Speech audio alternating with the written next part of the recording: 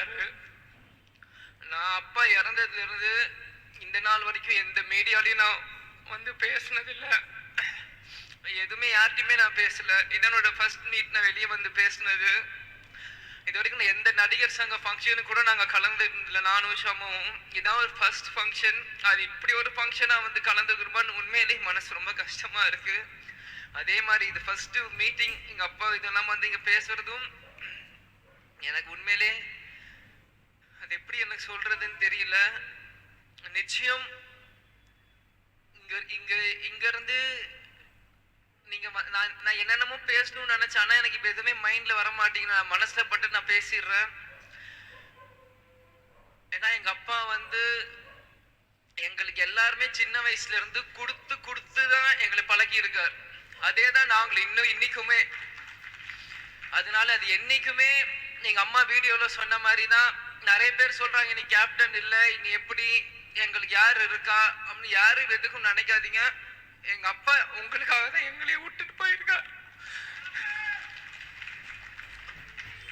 எங்க அப்பாவோட கனவு என்னவோ நிச்சயம் இங்க எத்தனையோ இளைஞர்கள் இருக்கீங்க. உங்க ஒவ்வொரு இளைஞனோட கடமை அவங்கவுங்க அப்பாவோட கனவை நிறைவேற்றணும். எங்க அப்பாவோட கனவு என்னவோ அதை நிறைவேற்றதான் விஜயபிரபம் சண்முகப்பனும் இங்க இருக்கும். இதை நான் இங்க ரொம்ப பெருமையோட நான் சொல்லிக்கிறேன்.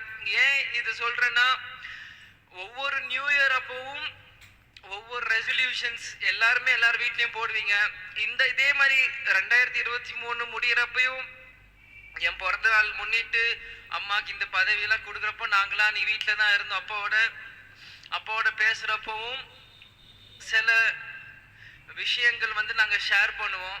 அப்போ ஒவ்வொரு ரெசல்யூஷன் சொல்றப்போ நான் அப்பா கிட்ட பர்சனலா சில ரெசல்யூஷன் சொன்னேன். அது மற்ற வருஷங்கள் இல்லாம அது எப்பயுமே இதுக்கு போய் இல்லாம இந்த வருஷம் சில விஷயம் எனக்கு எங்க அப்பாவுக்கு மட்டும்தான் தெரியும். அந்த ரெசல்யூஷனை நான் சொல்லியிருக்கேன். நிச்சயம் அந்த ரெசல்யூஷன் எல்லாம் இந்த 2024 எங்க அப்பாவுக்கு நான் சமர்ப்பிப்பேன்னு இங்க நான் சொல்லிக்கிறேன். அது என்னன்னு இப்ப உங்களுக்கு நான் சொல்லணும் இல்லை, காலம் அது உங்களுக்கு எல்லாருக்குமே பதில் சொல்லும். அந்த என்ன நாங்க விஷயம் நாங்க பேசியிருக்கோம்னு. கடந்த 10 வருஷமா கேப்டன் வந்து உடல்நிலை சரியில்லாம எவ்வளவோ கஷ்டப்பட்டார்.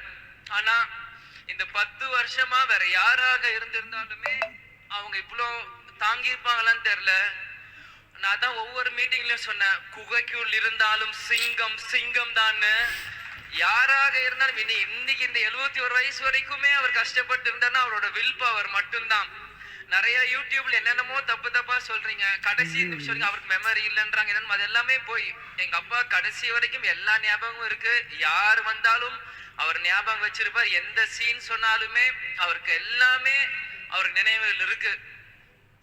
அவர் இறக்கிறதுக்கு 2 நாட்களுக்கு முன்னாடியும் அவர் வந்து எங்க வீட்டுல குமாரண்ணா சோமண்ணன் வேலை பார்த்துட்டு இருப்பாங்க. அவரை கிட்ட கேட்டு யூடியூப்ல அவர் நடிச்ச எல்லா படங்களோட பாட்டு போடுன்னு அவர் சொல்லி 25ஆம் தேதி எல்லா பாட்டுகளும் அவரை கேட்டு, ராசாத்தி 1ல இருந்து அம்மன் கோயிலுக்கு எல்லா பாட்டுகளையும் அவர் கேட்டு அவர் ரசிச்சுட்டு இருந்தார்.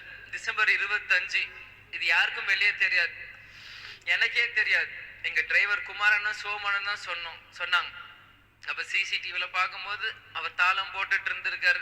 அவர் என்ஜாய் பண்ணி அந்த பாட்டெல்லாம் டிசம்பர் 25 அவர் கேட்டுட்டு இருந்தார். 26 அட்மிட் பண்றோம்.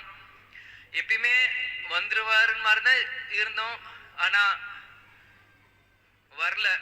கேப்டன் சொன்ன மாதிரி தான் இந்த விஜயகாந்த் வாழ்ந்தான், இருந்தான், வாழ்ந்து கொண்டே இருப்பான். இந்த மக்களுக்காக தான் இந்த கூடி விடை பெறுகிறேன். யாருமே வருத்தம் இல்லை. வந்தவங்களுக்கு நன்றி, வராதவங்களும் உங்களோட மனசுல கேப்டனும் இருப்பாருன்னு எங்களுக்கு தெரியும். எங்களுக்கு யார் மேலேயும் எந்த கோபமும் இல்லை, எந்த வருத்தமும் இல்லை. நிச்சயம் எங்க அப்பாவோட கனவை நாங்க நிறைவேற்றுவோம். இந்த திரைத்துறையிலும் சண்முக பாண்டியன் நிச்சயம் ஒரு மிகப்பெரிய ஒரு இடத்துக்கு வருவான் என்று கூறி விடைபெறுகிறேன்.